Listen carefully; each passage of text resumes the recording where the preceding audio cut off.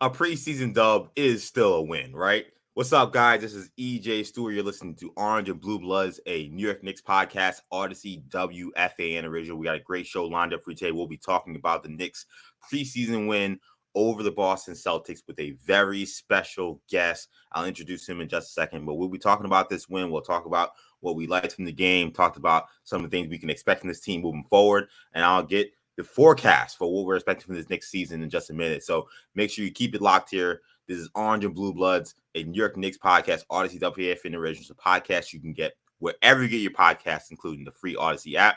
Make sure you hit the auto download feature on your streaming service. Get these episodes every time we drop. Back in just this.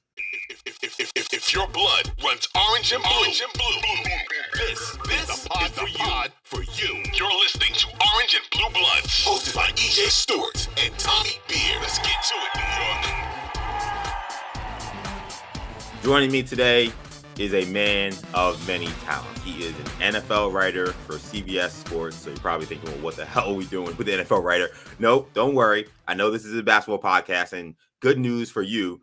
He is an absolute NBA junkie. He's written about the NBA for the likes of CBS Sports, ESPN, 538, Grantland, The Ringer, Sports Illustrated, GQ, and many, many more. You've probably seen a lot of his really, really awesome breakdowns on the NBA, video breakdowns of teams on his Twitter account. Yesterday, he announced his latest NBA endeavor, the Last Night in Basketball newsletter, where you can find his coverage on this upcoming NBA season. My guest is Jared Dubin. Jared, what's up, man? Thank you so much for doing this. Really appreciate you coming on. Hey, man, thank you for having me. I appreciate it. Yeah, so I gotta ask, right off the bat, I saw your posts on Twitter /X, whatever Elon wants to call it today, and I saw that you were going to be launching Last Night in Basketball. And it's funny because I work as a producer both on the CBS Sports Radio and WFAN side, and I've had you on plenty of our shows to talk NFL, but I was familiar with your work initially as an NBA guy. So I was really excited to see you have this newsletter coming out that will allow you to kind of break down what's happening in the NBA through your eyes. What can readers expect from Last Night in Basketball? Yeah, I appreciate that, man. Thank you for having me on yet another one of your shows. It's good to come back, talk some basketball this time. As far as what readers can expect, there will be essentially 3 editions of the newsletter per week. One of them will be a video breakdown, like you just mentioned, where on Fridays I'm going to do a film breakdown using video clips of something that's going on around the league or something that happened in the league, whether it's, a player's performance from a game in that given week, or, the way a certain player is playing on the given season, or just anything that I've noticed through watching the games, whether that week or that month or throughout the entire year. I've done a few of these before over the years, and I really like doing them because it allows you to really dig into what happens actually on the court, which, Right. Despite the fact that most of what we hear about the NBA is about the drama and whatnot, to me, the most interesting thing in basketball is still what actually happens on the court. And that's what I really want to dig into there. Then, twice a week, there will be written posts for the newsletter. One of them is just basically, if you've read my writing, any of the various sites that you mentioned earlier, you'll recognize those kind of posts. Those will be going up on Tuesdays. And then at some point during the week, I will have sort of like a notes column of 3 things I noticed on League Pass during the previous week. And it's just going to be, I know a lot of people like to follow the NBA, but don't necessarily have time to watch every game or to watch every team. And it'll just be things that I noticed and wrote down in my notes during that week in the games that were not on national TV, about the teams that, aren't as heavily covered as you might see of, everybody that's on ESPN or TNT in a given week. I gotta ask. I mean, I'm someone who's been a loyal League Pass subscriber pretty much since my teenage years. I'm now 32. Well, of course, it's my parents' subscription. I didn't have a cable subscription, but before that, and then now later on in life, still a passionate League Pass subscriber. We are in a weird time in the NBA where there's so much complaining about the NBA regular season. It's one thing I've talked about a lot on this podcast, and it's interesting to me because, like, as someone who loves basketball and loves the NBA, I don't find as much of the concern about the NBA regular season as maybe some of the other larger fan bases will say. What is your league pass diet like? And do you see like a big shift in like how regular season basketball is played over the last several years? Yeah, I think there has been a shift, but I also don't think it's as much of an issue as it's made out to be. This is something that I talk about with, other basketball writers and friends a lot, which is that like if there's a game where, multiple players are missing and it's like, oh, well, we can't watch this game anymore because these guys are out. My thing is watch a different game, Right. like there are good games on for the most part, pretty much every night. And if you find the game where the teams are playing their real guys or there are teams that are aesthetically pleasing to watch, you can always find good basketball to watch on any given night of the NBA season, especially those days where there are, 12, 13 games on. There's never going to be one of those nights where it's like there's just nothing to watch. Obviously, not everybody is a League Pass subscriber and not Right. everybody watches basketball for the entire league. A lot of people, I would say most people, just try to follow their team. And there are times where, you might have a game where, the star on your team is out or the stars on the other teamers are out and it's difficult on that given night. And that, it sucks. I understand those concerns. For people that are fans of the entire league or just want to follow the entire league, there are always going to be good games on. And if you subscribe to League Pass, you're always going to be able to find them. And for me, I try to do 2 games a night every night. And I used to map out which games I was going to watch well in advance. But Yeah. given the increased prevalence of those rest days and minor injury days in recent years, it's been more of a wing it type of situation. But I do keep track of which games I've watched so I can see like, hey, I haven't watched the Hornets in a while. I should try to watch a Hornets game soon or something like that. And I really think that it's to a benefit for the fans and the people who follow your work, because someone like me, again, I'm doing Knicks podcast. I'm watching every Knicks game. The Knicks play at 7:30. It's funny. I had a conversation with my good buddy Andrew Perloff at CBS Sports Radio, and like he was asking me about I think the Kings or somebody, and or one of these teams. Oh, the Nuggets. And he was like, you following the Knicks so much. How often are you actually able to watch the Nuggets? I'm like, surprisingly a lot, because like the Knicks, I'm watching a full game from 7 o'clock to 10, and then really I watch a lot of Western Conference teams because I actually end up getting to watch a lot of these Eastern Conference teams if they're not playing against the New York Knicks. So one thing I can say is there may not be load management. There is load management in the league, but not load management for the likes of you or the likes of me, the likes of the people who are following this league on a day-to-day basis. This is Jared Dubin, NBA writer, recently launching the Last Night in Basketball newsletter. I have one more question about the season before we get into the Knicks.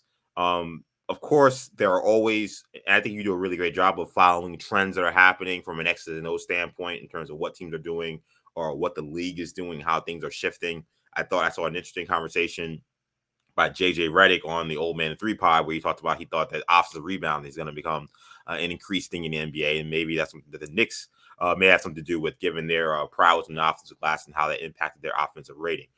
Is there an NBA trend you're excited to see or follow heading into this season that maybe you saw last season, or maybe a trend you saw bubbling up that maybe wasn't so prevalent that you expect to kind of see in much more bolder sense this year? Yeah, I want to see how defenses fight back against the offensive explosion, obviously, that we've had over the last decade or so. One of the things that, I cover the NFL also, like you mentioned, and one of the things that's had a pretty significant impact on the NFL over the last couple of years is the increase of teams playing like these too high shell coverages to take away deep passes because Mm-hmm. they've decided that explosive plays are really what they don't want to give up, and they would rather teams check down or run the ball to try to make them essentially run more plays to score. And one of the things that I wrote about last year at 538 was what I think is sort of the NBA version of that, which is making teams use more of the shot clock to score, where shots earlier in the shot clock tend to carry a higher expected value because they tend to not be as well contested. And because if you take a shot with 18 seconds on the shot clock, it's probably a pretty good shot, because if it wasn't, you still have 18 seconds left to get a Right. better one. So generally, as the shot clock winds down, it's better for the defense and worse for the offense. And one of the things that teams did more often last year was applying pressure in the backcourt to force their opponents to take more time bringing the ball up the court. And the deeper in the backcourt you pressure, the more time it forces opponents to waste, and thus the fewer points per possession they're probably going to score in the half court. And one of the guys that I focused on in that story was Deuce McBride from the Knicks, and I talked to him about it. And I talked to guys like Javon Carter and Davion Mitchell and Drew Holiday and a bunch of different coaches around the league about why that doesn't work and how often you can do it and things like that. And I'm curious to see if more teams start experimenting with that, or what other ways they try to get opponents to waste more time in the shot clock. It's very fascinating because as soon as you mentioned the shot clock and the picking up 94 feet, the first guy I thought about was Deuce McBride. And it seems like anytime he's inserted in the game, that is essentially his role. And to see that be connected to perhaps extending the shot clock, or at least extending the time a team has using the shot clock, I think is very fascinating. And I saw it, I think, as it literally talked about the last episode with Christian Winfield, the Miami Heat, and what you saw and how they guarded Jalen Brunson. You saw a guy like Caleb Martin, who's 6'7", 6'8", very athletic. He was guarding Jalen Brunson all 94 feet, and how that took the Knicks offense at times out of whack. Now Brunson was still outstanding. I think it showed just how electric and just how great he was during that postseason, that he still played so well. But yes, that is definitely something you are seeing, and I think that is interesting to talk about how that relates to teams wanting to see opponents use more of the shot clock in order to get shots off. Talking to Jared Dubin, longtime NBA writer. So I want to talk about this Knicks game. So we had the Knicks get their first taste of preseason action last night, notching a win over the Boston Celtics at Madison Square Garden, 114-107. The Seeds were sitting essentially their entire rotation, or definitely their entire starting lineup. So no Drew Holiday, no Kristaps Porzingis, the two new guys. We didn't see any Jason Tatum, no Jaylen Brown, no Al Horford. That did not stop Tom Thibodeau from playing his guys and playing his usual starters. So it was the same suspects you saw from last season. Yeah, Brunson, Grimes. There was confusion about whether or not Grimes was going to start. There was, an error when the first starting lineup went out. People thought it was going to be IQ. Grimes did start last night. For those who did not watch the game and maybe saw something on Twitter saying he didn't. It was Jalen Brunson and Grimes, RJ at the 3. You had Randall at the 4 and Mitchell Robinson at the 5. Now, Brunson was dazzling in the 6 minutes he played, and it was only 6 minutes in the first quarter. He had 10 points. Shot 4 for 5 from the field. Mitchell Robinson, I thought, also was impressive. He had 10 points, 7 rebounds, 3 blocks in 23 minutes. This game, though, of course, first preseason game, you're going to see a lot of action from these young guys, a lot of action from these reserves. So Manuel Quickley, who, of course, was a Sixth Man of the Year runner-up last season, he scored a game-high 21 points in 23 minutes. Evan Fournier, a guy who essentially was ostracized from the team last season, he got plenty of second half burn. He scored 11 points in 21 minutes. Boston's Peyton Pritchard tied Emmanuel Quickley's game high with 21 in the losing effort. So these teams will square off again later in the preseason. They have a matchup a week from today. We're recording this podcast Tuesday, October 10th. So October 17th, these teams will battle again. And then they'll also, of course, start the season against each other at Madison Square Garden in just about 2 weeks' time. So Brunson didn't play all that long, but the time he played was impressive. Seeing as you follow this league and follow the other guards in this league, and I'm sure you followed a lot of what he did, how confident are you that last season was not a fluke? And is there a higher ceiling you think he can reach coming into this season? I would say I'm extremely confident that it was not a fluke. I've been higher on Brunson than general consensus since the draft. You can go back and check my Twitter or X or whatever you want to call it to see that. And I was, advocate for him to start in Dallas during that time as well. And I thought he was a really good fit playing next to Luka Doncic, and then, the various starters that they've had in there in recent years. And it's rare to see someone scale up in usage the way Brunson did last year and still remain extremely efficient and have arguably the most efficient season of his career. I think once you show you can do that for a full season, it's extremely unlikely for that to be just a fluke and for that guy to, crater and not be able to handle it. I think the question is more about whether they can put him in better positions, because a lot of what he did last year was succeeding despite disadvantageous situations.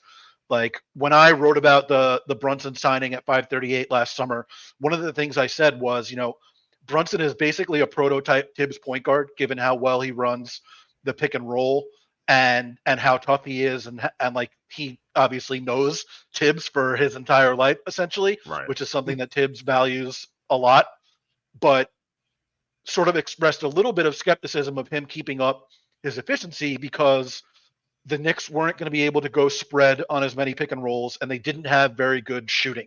And that actually bore out in the way Brunson played last year. There wasn't as many spread pick and rolls, and they didn't have very good shooting. So his shots were more well contested than ever before in his career. He just made them anyway. Like he was just good enough to be able to make those shots at basically the same rate as he did before, despite having to take tougher shots.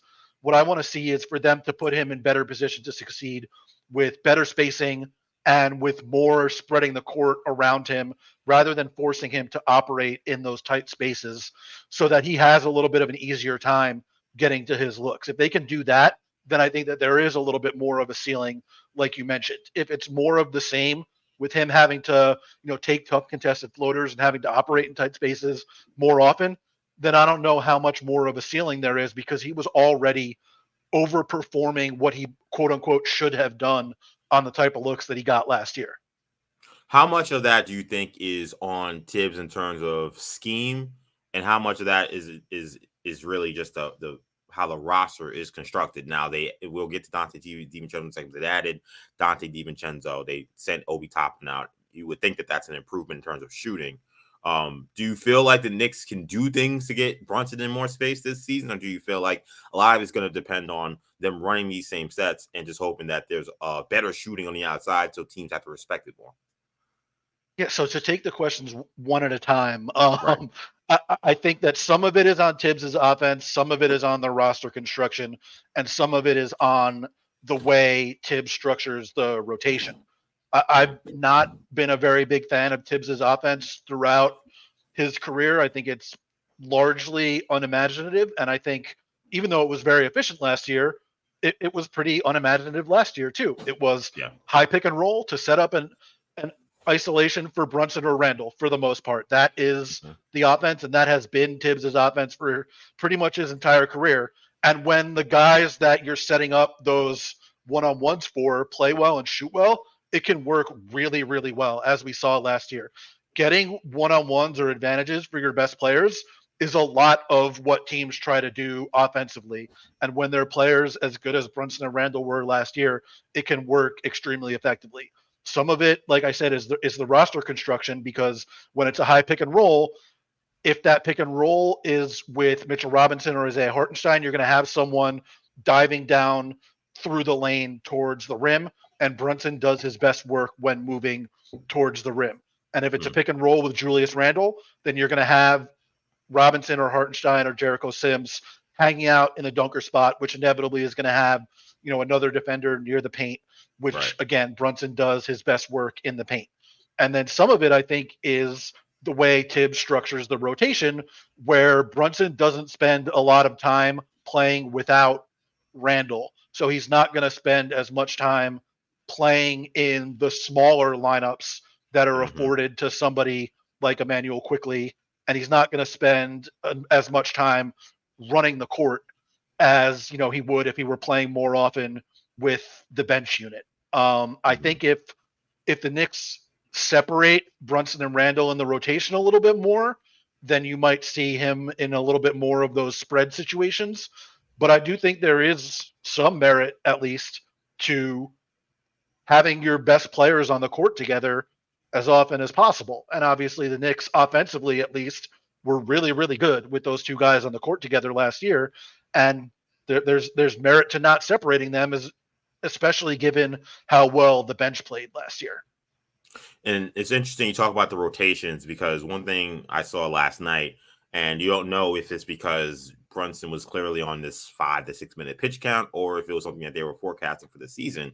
But one thing we've seen, as you mentioned, yes, Brunson and Randall play most of the first quarter together, sometimes the entire first quarter, and they come out essentially together.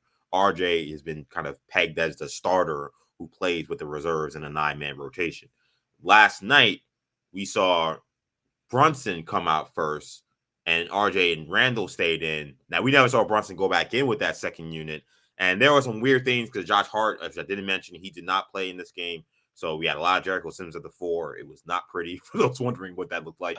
But like I kind of wondered if perhaps that was maybe them foreshadowing, hey, we're going to try maybe to do some of that because, as you mentioned, it's something that a lot of Knicks fans have complained about a ton, that there is no staggering of Randall and Brunson's minutes. And look, the bench unit has been a strength of the Knicks, especially for most of the types of time, especially after Josh Hart came over in the trade. But I do think it's a good point that you make about how that could actually end up hurting, maybe not allowing Brunson to kind of occupy and create in the spaces that make him most efficient. Yeah, I mean, I would be pretty surprised if Tibbs changed the rotation when they essentially swapped out only one piece of the 9-man rotation. Yeah. I think it's much more likely that they were like, Brunson's only going to play 6 minutes tonight, so he'll be the guy that comes out at the 6-minute mark. But, if they do decide they're going to stagger, that would be a pretty significant change for Tibbs. And I'd be very interested to see how that works out, especially because they are small off the bench, because the one change they made in the rotation was going from Obi Toppin to Dante DiVincenzo, which means they're kind of locking themselves into at least some small ball, particularly when the bench units are out there, unless they're going back to a 10-man rotation and Jericho Sims is getting the backup 4 minutes, which I don't think is in the cards most likely. But I do think if there's ever anybody from the 9-man rotation that's out, I think the most likely scenario, unless the player that's out is Quickly or Brunson, then you would see Deuce. I think the most likely scenario would be Tibbs going back to Sims as a backup 4 playing with Hartenstein, because even though that unit was not very good together, I think people that have read Fred Katz at The Athletic know that Tibbs likes that group no matter what, and is going to value the rim protection over anything else when making changes to the rotation. Yeah, and that's unfortunate. And it's not anything to do with Jericho Sims. I love Jericho Sims, and I think that if Hartenstein wasn't here, he'd be a fine backup 5-man. But we've just never seen that unit work. I mean, and I've tried to give it a chance, and I've wished on it and hoped that, because I'd like to see Jericho Sims get some more time. But in this NBA, I honestly watching it, especially watching it last night, I was actually getting some really bad, like, first year Derek Fisher running the triangle vibes, watching Hartenstein and Sims. It felt like I was watching Lance Thomas and Jason Smith playing together again. It just, the spacing was so terrible. The Knicks created advantages in several different opportunities, and they just couldn't take advantage because they were throwing the ball in the corner to a guy who just was no threat to shoot or no threat to do anything. I mean, he had several open looks, and then he's going right into dribble handoffs because there's nothing he can do 25 feet away from the basket. So I agree. I think that they're going to stick with the 9 men that won't include Jericho, but if there is an injury, I think that there's a chance you end up seeing those lineups, and Tibbs is going to just hold on for dear life and hope that they don't get killed when those guys play together. But I'm not all that excited about it. Emmanuel Quickly was really great last night as well. Turnovers weren't that great, and he took a little while to get his shot going. Once he got going, he was phenomenal in the second half. And he had a career year last season. Why is he so impactful to what the Knicks do in their success? So you mentioned earlier about what the Heat did to Brunson in that series in terms of pressuring him up and down the court. It is so valuable when you have another guy on the court that can not just bring the ball up, but actually run the offense. And you can try different ways to get Brunson the ball, and he doesn't have to expend all of his energy trying to get the ball up the court and get past players that, are bigger and at times more physical than him. That to me is the biggest thing that Quickly brings in terms of the Knicks being able to sort of get over the hump in the playoffs. And that's why I was so disappointed that basically him playing a poor first half in game 1 of the Cleveland series when Brunson got in immediate foul trouble resulted in him somehow, despite being the 6th man of the year runner-up, being the guy that got his minutes cut through the rest of the postseason. It really did not make sense to me at all, especially given that I think he's also their best team defense player. He is the guy that's always in the right spot. He's always pre-rotating to the next guy to cut off the shot. We saw it throughout the season how good he is on the ball too, but off-ball defense, he's probably their best guy at doing that. And despite his size, he's able to hang in pretty much any matchup that you give him. You're not going to give him the big wing types. You're not putting him on KD or LeBron, but any guard that you put him on, he's going to do a good job for the most part on the ball and off the ball. And between those two things, the defense that he brings and the way that the defense has consistently been better with him on the court throughout his entire career. And then last year you saw in the Brunson quickly minutes, the offense was just as good as it was in the Brunson only minutes, but the defense was so much better. His ball handling and ability to be a supplementary playmaker, and then in the post December, whenever they made the rotation change, he shot, 38, 39% from three the rest of the year, sort of rediscovered his jumper. If you bring all of those things together, it's just such a valuable player. And I feel like he's one of those guys that really, because he's so, loosey goosey, and because he's so, in some way, kind of random in how he attacks, I think it adds a level of unpredictability to the offense that I think actually helps, because I think, as you mentioned, Tibbs runs a pretty predictable, pretty kind of standard NBA offense, and you got a guy who's coming in who's not afraid to come off a fast break and just pull up from 30, or just kind of just look for his own shot at any point in time. It's a great benefit, and I know. Look, I've called Emmanuel Quickley an amoeba because I feel like this guy can do anything. He can play on the ball, he can play off the ball, he can spot up, he can play in pick and roll. Like, nothing he can do offensively and defensively, as you mentioned. He could pretty much do it all as well. So he's definitely an important player. And it's interesting because I've been one to be critical of Emmanuel Quickley's playoff performance. I didn't think he played well, particularly offensively. But as you noted, his minutes were cut, and Fred Katz, who you mentioned earlier, did report that Tibbs essentially lost confidence in him in that postseason run. Even despite how poorly he shot and some of the poor stuff we saw offensively, he still was net positive in those playoff games. So it's something about Emmanuel Quickley that when he's on the floor, the Knicks end up playing well. So hopefully that he can get back into form, and he looked really solid last night. He was still their best defender. Sorry, he was still their best defender in that Cleveland series, which I think is why the minutes were positive, despite the fact that he didn't shoot well. And certainly he didn't really play well. And I think a lot of it stemmed from that lack of confidence and the minutes being cut basically as soon as he had a poor shooting first half in that game one of the first round. And then obviously he ended up getting hurt in the Miami series. He hasn't played well in the playoffs, but the idea that, and essentially what is it, like a 13 game sample of playoff games now or something along those lines is, more indicative of what he is as a player than the 3 full seasons that he's put together. Doesn't really pass the smell test to me, but you do eventually have to play well in the playoffs. So, and knowing Emmanuel Quickley, I'm sure he's biting at the bit to get enough opportunity to play in this postseason this season. So a couple quick things on last night before we move on to just the larger picture for this next season. Mitchell Robinson again was one of the big standouts last night. He looked it looked like he's in really good shape. I mean, physically. I don't want to say Dwight Howard, because that's like, ungodly, but like he looks strong. A low body looks strong. It was probably the best I feel like I've seen him look physically coming into an NBA season in a long time. There was one season where he was way too heavy and just looked so top heavy. Early in his career, he was really thin, couldn't really handle his weight down low. He looked great, and he was awesome last night. He mentioned 3 blocks in the rebounding. One of the things we saw on display last night was the offensive rebounding prowess.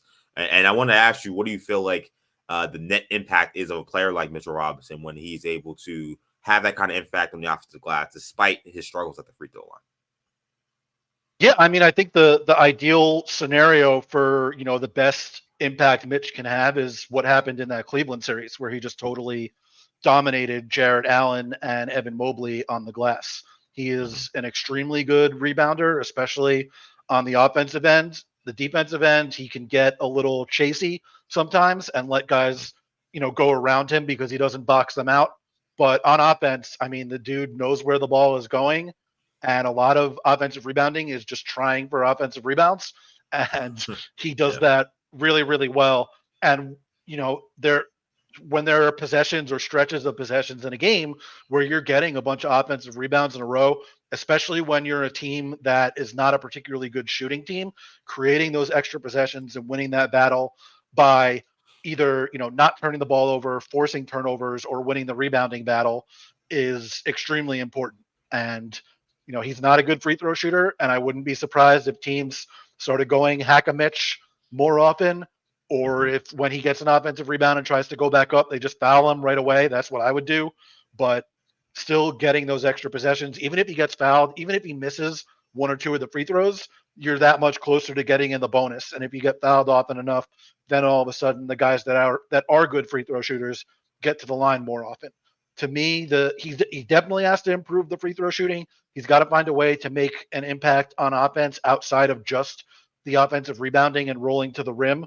And then he needs to be more composed defensively, not Right. going, as often for the block shots. He's gotten better at it. He's gotten better at the foul issues, but there are still guys that give him trouble, and there are still, like Domas Sabonis. He is never going to succeed against Domas I know. Sabonis It's because ridiculous. the one thing you have to do against Sabonis, as Kevon Looney showed in the playoffs last year, is not jump.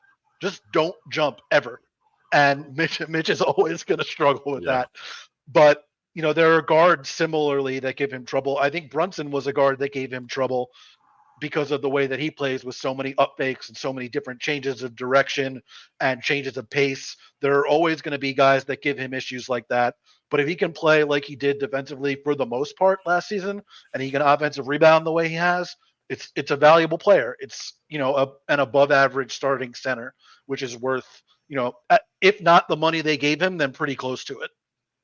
And with Mitch, I think there's so much hope that he can kind of reach that defensive ceiling where you look at him as a true defensive anchor, and he's shown flashes of it, and we know he has the size and athleticism to do it. But I agree, a lot of it is positioning, a lot of it is poise, a lot of it is kind of defensive IQ in certain situations.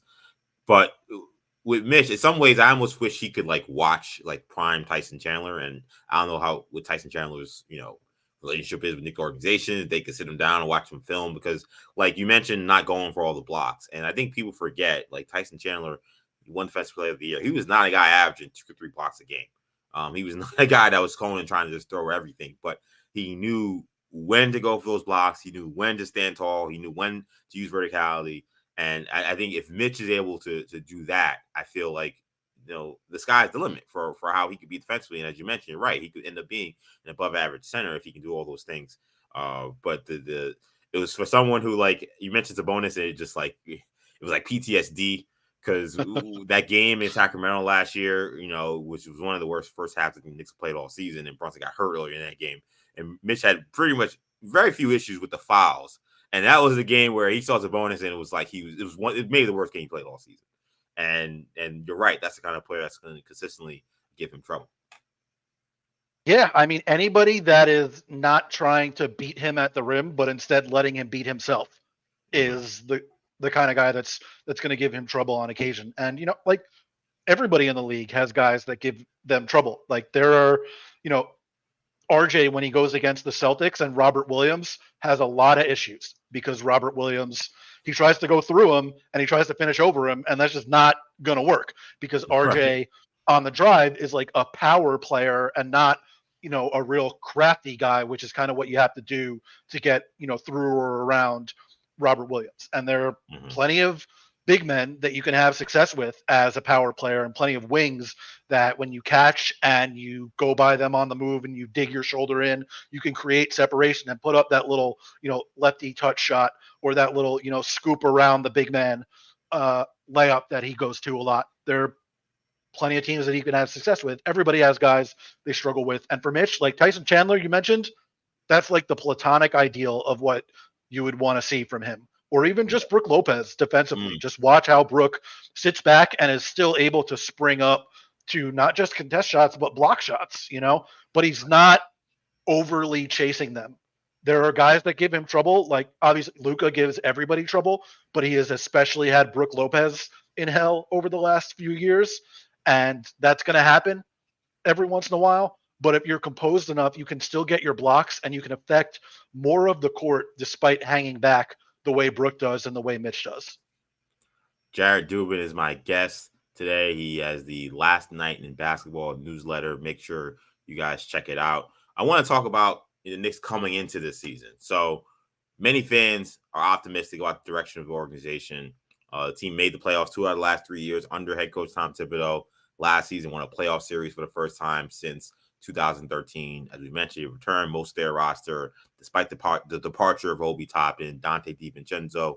He adds to the mix. He's now going to hope to provide shooting and versatility in the backcourt. Randall's coming off an All-NBA selection. RJ Barrett had a really successful playoff run and a bronze medal won at the FIBA World Cup. How do you see the Knicks stacking up in the East? I saw that the NBA had their GM rankings or their GM poll come out today on Tuesday, and the Knicks came in 5th in that polling. Where do you see the Knicks stacking up with the rest of these? Yeah, I mean, I think Boston and Milwaukee are a clear cut above the other teams in the East. And then, I saw that poll. It's like the Knicks votes were essentially split between like 3rd, 4th, and 5th. And I think that sounds about right. Like them, Philly, Miami, I can't remember who else. Cleveland, and then I think Atlanta was in 7th. But those next 4 teams from 3 to 6, Philly, Miami, New York, and Cleveland, those seem like the right teams to be in that mix. And I can see them finishing in, pretty much any order, barring, injuries affecting someone. And the Knicks might be a little bit more susceptible to bad injury luck than other teams because they had such good injury luck last year in terms of the guys in their rotation, for the most part, staying really healthy until pretty much like the end of the year when Randall hurt his ankle and Brunson was having a little bit of issues and then quickly gets hurt in the playoffs. But for the most part, they stayed really healthy last year. And obviously we know that they like to load minutes onto their top guys, and they've been able to stay healthy despite that, but that doesn't mean it's going to keep happening that way. But to me, somewhere between 3 and 6 seems right.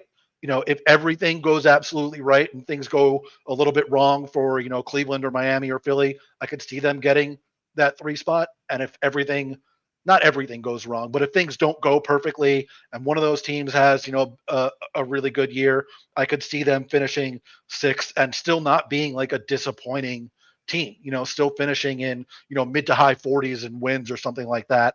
And because the East is, pretty deep in terms of that top 6 group, the Knicks can be just as good as they were last year, but not get that, 3 or 4 seed.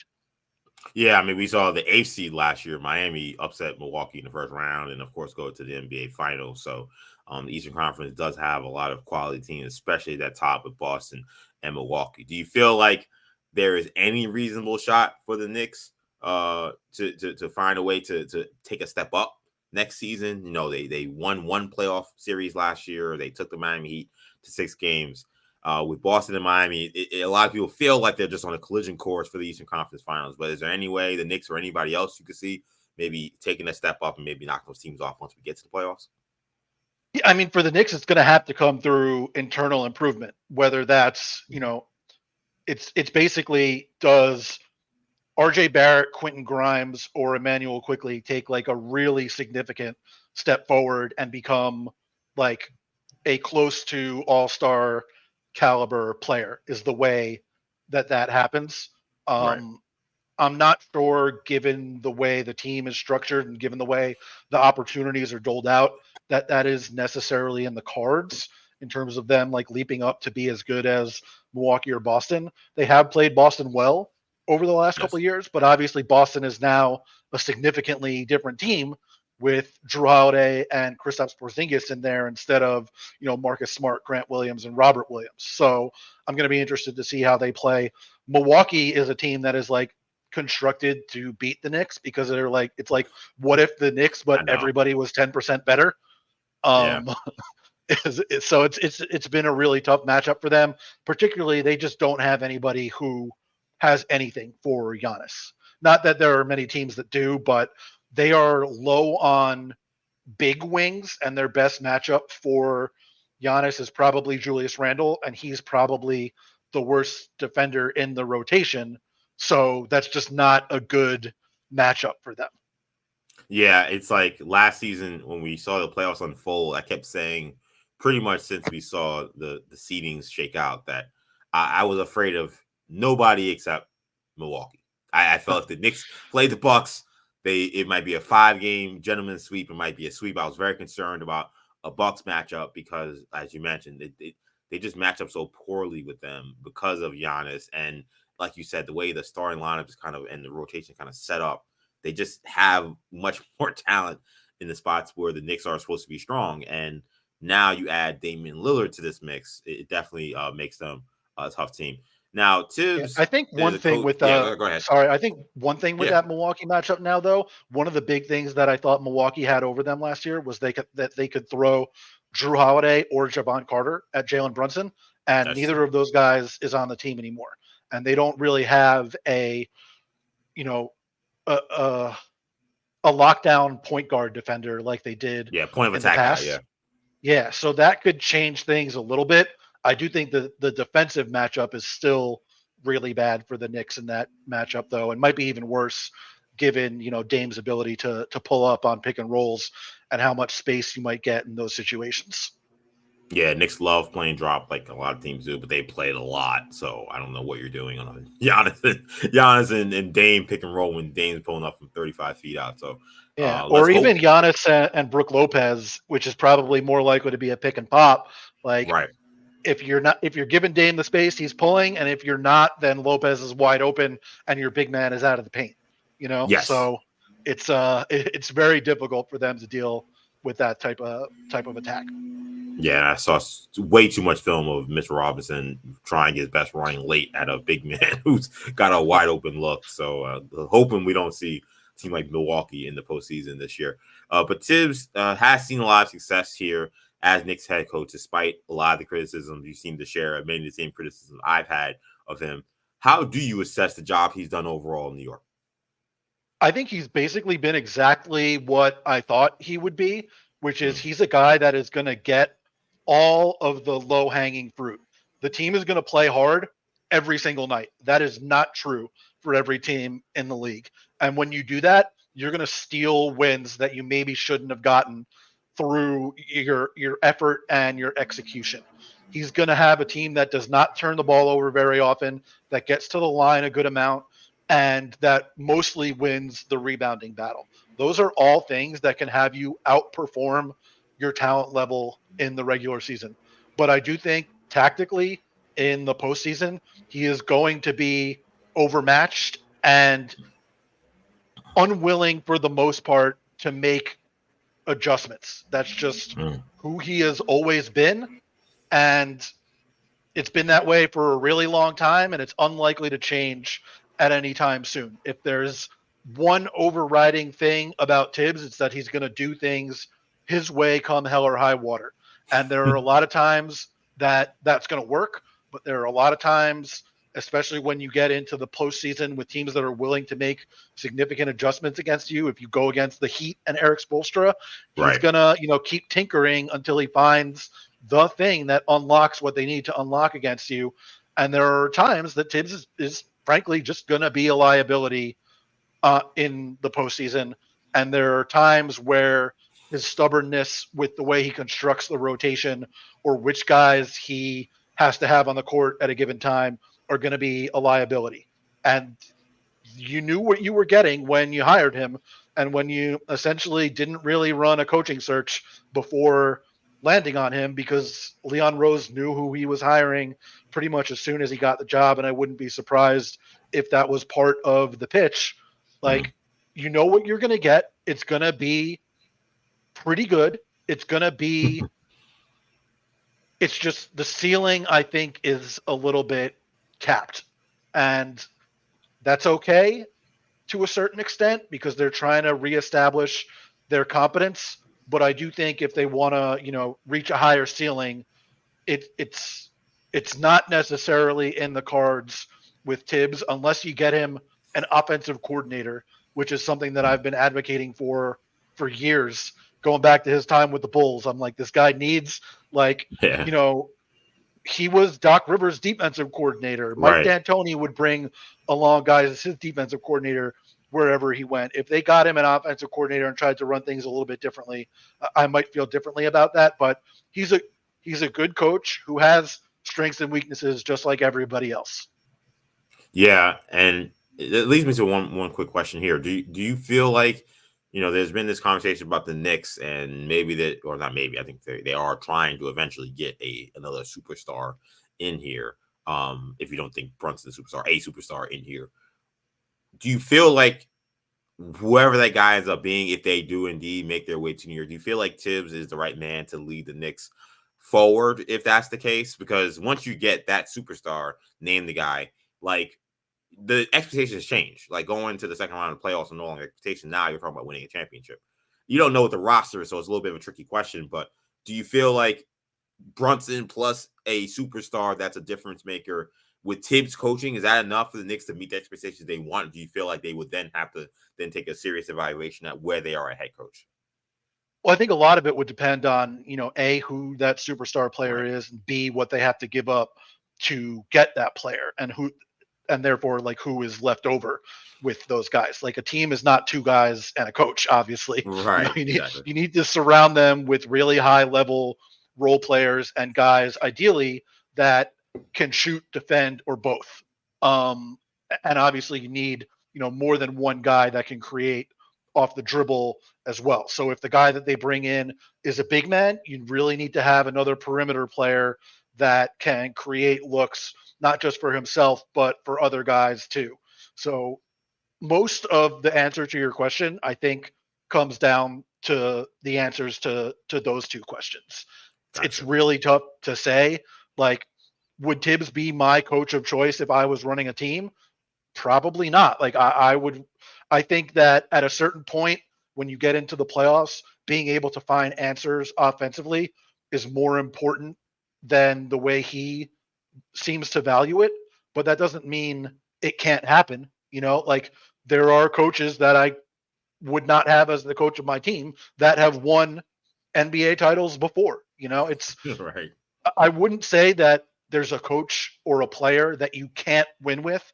It's about getting the right group of players in there and frankly getting the right lucky breaks. Like beyond talent and injuries, luck is probably the single most important factor in Yep. determining who wins the championship every year. So you got to get those things. Jared Dubin, my guest, he's been fantastic throughout this entire episode. I have one last question for you. I know we talked a lot about several Knicks on this team. Maybe outside some of the guys we've mentioned, what player on the Knicks team are you most intrigued to follow this season? For me, it's just the wing group, like Mm. Quentin Grimes, RJ Barrett, Josh Hart, Dante DiVincenzo, Emmanuel Quickly. Because if you game out the way the minutes are going to work, like Randall and Brunson are going to play their, 34, 36 minutes, whatever it is, I would say there's a 99.9% chance that the center minutes are going to be split between Mitch Robinson and Isaiah Hartenstein. That does not leave enough minutes to go around for all of the wing guys. And I know Quickly is also going to get the backup point guard minutes, but there just aren't that many of them because Brunson's going to play a lot and deservingly so. So, who steps forward to take the lion's share of those minutes, what they decide they're going to make those decisions based on, and who closes games more often than not. That's to me the thing that is going to determine, the way the Knicks season goes. Jared Dubin, he's an NFL writer for CBS Sports, but as you heard, this guy knows his ball. He's written for several places, but you can find some of his latest work and his new basketball letter, Last Night in Basketball. Make sure you guys subscribe. Jared, this has been awesome. Thank you so much for your time. Thanks for having me, man. I appreciate it. No doubt, no doubt. This has been an episode of Orange and Blue Bloods, a New York Knicks podcast and Audacy WFAN original, a podcast you get wherever you get your podcasts, including the free Audacy app. Be sure to hit the auto download feature on your streaming service. Get these episodes every time we drop. You can also catch us up on YouTube as well, where we post not just the shorts from this episode, but the full episode on the WFAN YouTube channel. Jared, let people know where they can find you.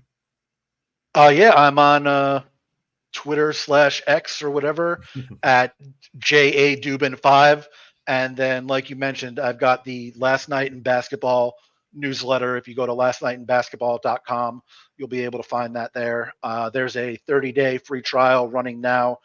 You can redeem it now through the first week of the season and see if you like what you read and what you watch, and see if you want to subscribe further than that.